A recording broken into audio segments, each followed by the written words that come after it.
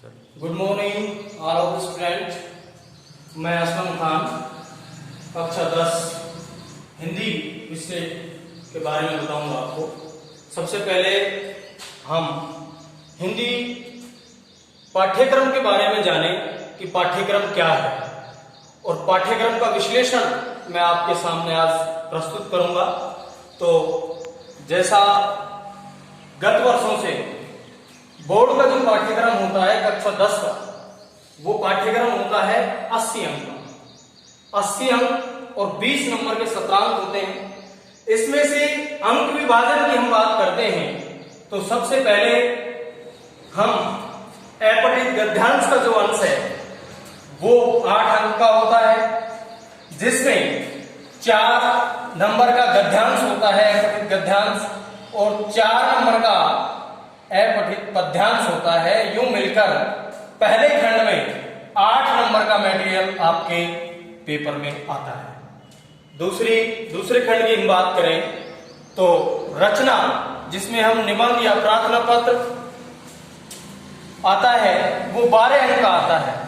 निबंध लेखन आपका 8 अंक का आता है, और पत्र लेखन और कार्यालय पत्र या व्यावसायिक पत्र, इनमें से कोई एक 4 नंबर का आता है। इस तरीके से आपका खंड नंबर 2 पूरा होता है।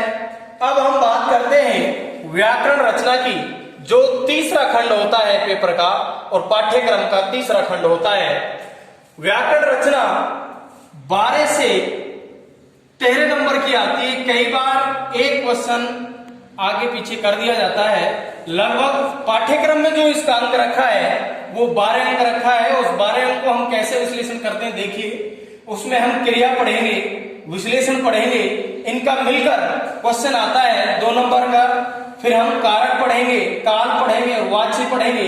ये टोटल 3 नंबर के होते हैं। समास केवल 2 नंबर का होता है। वाक्य शुद्धि 2 नंबर की होती है, और मुहावरे 2 नंबर का, और लोकोक्ति 1 अंक का। इस तरीके से ये सारे मिलकर 12 अंक बटोरते हैं। 12 अंक में से पहला क्वेश्चन कैसा आता है, क्रिया का क्वेश्चन आता है।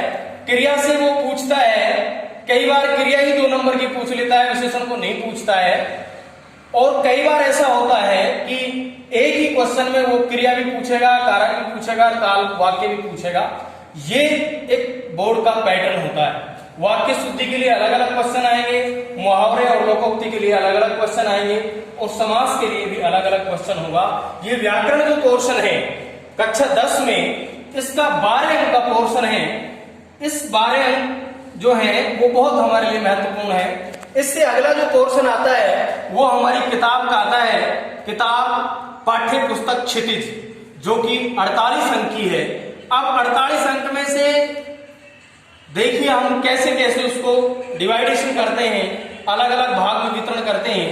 तो पहली जो बात है, हम सबसे पहले जैसे ही हम पत्र के निबंध को क्वेश्चन को करते हैं, निबंध के क्वेश्चन के बाद हमारे पास क्रिया का क्वेश्चन आता है पेपर में, और व्याकरण रचना के बाद में जब खंड चौथा चालू होता है तो 4 खंडों में से चौथा खंड जो होता है उसका पहला क्वेश्चन व्याख्या का होता है। गद्य की व्याख्या 6 अंक की होती है, उसमें विकल्प दिए होते हैं। उसी तरह से पद की व्याख्या भी 6 अंक की होती है, उसमें भी विकल्प दिए हुए होते हैं। अब ये दोनों व्याख्या मिलकर 12 अंक बटोरती हैं। कितने अंक? 12 अंक बटोरती हैं। हमें पास होने के लिए मात्र ये अंक की जरूरत होती है, और एक निबंध हम आपका कर लें तो हम पास हो सकते हैं इजीली। हिंदी कोई टफ विषय नहीं है, बहुत सरल और साइंटिफिक विषय है।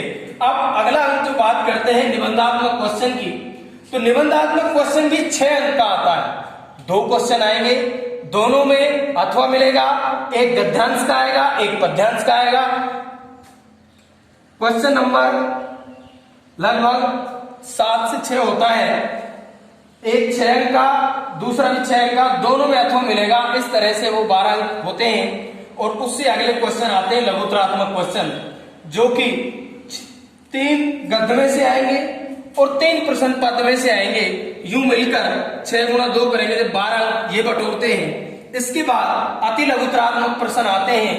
ये प्रश्न 4 गद्य में से और पद में से इनको कई बार ऐसा कर दिया जाता है कि 2-2 अंक कर दिए जाते हैं या इनके अंक घटा दिए जाते हैं। इस तरह से आधे आधे अंक भी कर दिए जाते हैं। तो ये 4 नंबर का लगभग होता है, कोई क्राइटेरिया फिक्स नहीं है। इसके बाद 2 रचनाएं, रचनाकारों का परिचय जिसमें कवि का परिचय आएगा, लेखक का परिचय आएगा।